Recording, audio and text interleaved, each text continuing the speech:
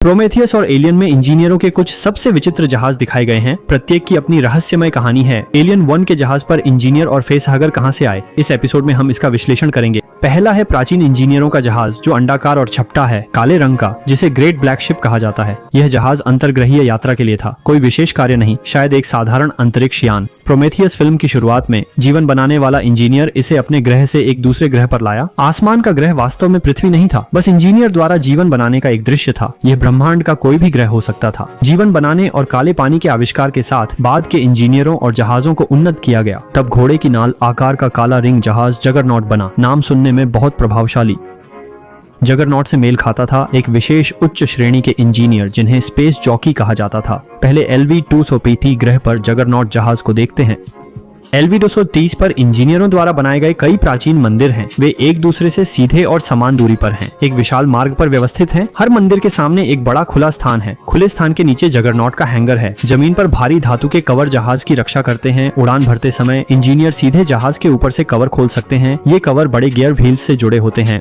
Juggernaut इंजीनियरों के लिए एक आक्रामक परिवहन जहाज है। इसका मुख्य उद्देश्य फेसहगर और काले पानी को स्टोर करना है। जब यह किसी ग्रह के ऊपर पहुंचता है तो पूरे ग्रह को नष्ट करने के लिए काला पानी गिराता है। मंदिर के सामने हर जगरनॉट का मंदिर से जुड़ा एक चैनल होता है। इस पाइप का मुख्य काम मंदिर से काला पानी जहाज तक ले जाना है, क्योंकि काला पानी बहुत खतरनाक पदार्थ है। इंजीनियर अपने ग्रह पर प्रयोग नहीं करेंगे, इसलिए LV-223 को चुना और वहाँ बड़े पैमाने पर उत्पादन किया। जहाज के अंदर जगह बहुत बड़ी है, कई मंजिलों में बंटी हुई। ऊपरी मंजिल के बीच में एक विशाल कॉकपिट है। कॉकपिट के चारों ओर 4 सोने के केबिन हैं। कंट्रोल पैनल पर उबले अंडे जैसे कई सफेद बटन हैं। इंजीनियर बांसुरी बजाकर जहाज को सक्रिय करता है, फिर एक गोल उपकरण को नियंत्रित करके पायलट की सीट को ऊपर नीचे करता है। सीट बहुत बड़ी है, जहाज चलाने की नहीं बल्कि तोप जैसी लगती है।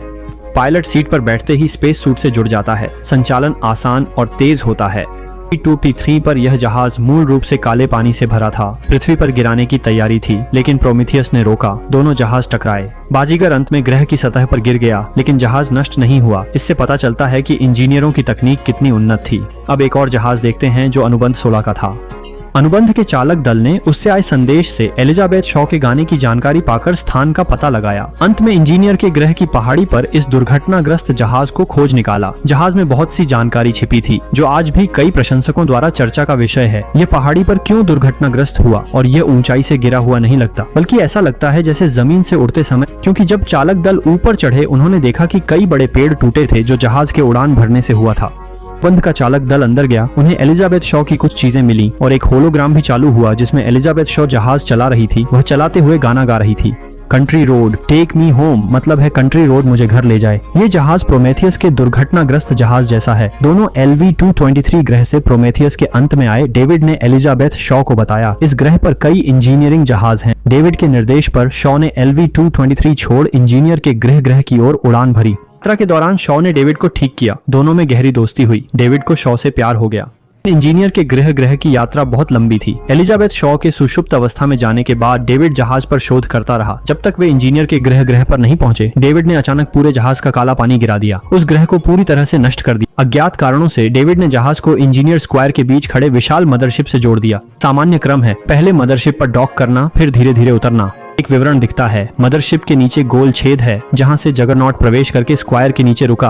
बाद में मदरशिप दुर्घटनाग्रस्त हुई। जुलाई के अंत में टेनेसी के जाने पर हम इसे गिरते देख सकते हैं। शायद डेविड के काला पानी गिराने से इंजीनियर के ग्रह पर अराजक। मदरशिप के इंजीनियरों ने इसे स्क्वायर से निकाला, फिर यह घाटी में गिर गई। अगला है लाइन बाय लाइन जगरनॉट जहाज। इसकी उत्पत्ति बहुत रहस्यमय है। बहुत से लोग अभी भी नहीं समझ पाए ये कैसे आया, क्यों LV-420। ये प्रोमेथियस के उस काले पानी वाले जगरनॉट से थोड़ा अलग है। मुख्य रूप से फेसहगर्स ले जाने के लिए है। कॉकपिट में ऐसा स्लीपिंग पॉड नहीं है, बस एक इंजीनियर ड्राइवर सीट पर चाहिए। ड्राइवर सीट के नीचे एक बड़ा स्थान है फेसहगर्स रखने के लिए। नीले आयनमंडल से सुरक्षा परिरक्षण के लिए एक नीला आयनमंडल भी है। यह नीला आयनमंडल ब्लास्ट बग से बचाव करता है और इंजीनियरों की सुरक्षा करता है। यान दुर्घटनाग्रस्त हुआ, इंजीनियर पत्थर जैसे जम गए। यह प्रोमेथियस के इंजीनियरों के समूह जैसा ही है।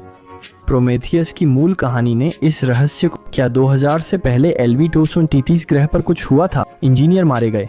वे काला पानी पृथ्वी पर ले जाना चाहते थे, पर वो फैल गया। एक इंजीनियर 2000 साल तक नींद में रहा, फिर जगाया गया। एक यान जल्दी निकला, पर उसमें भी कीड़ा था। वो LV-426 पर उतरा। कुछ समय बाद उसके शरीर से एलियन निकला।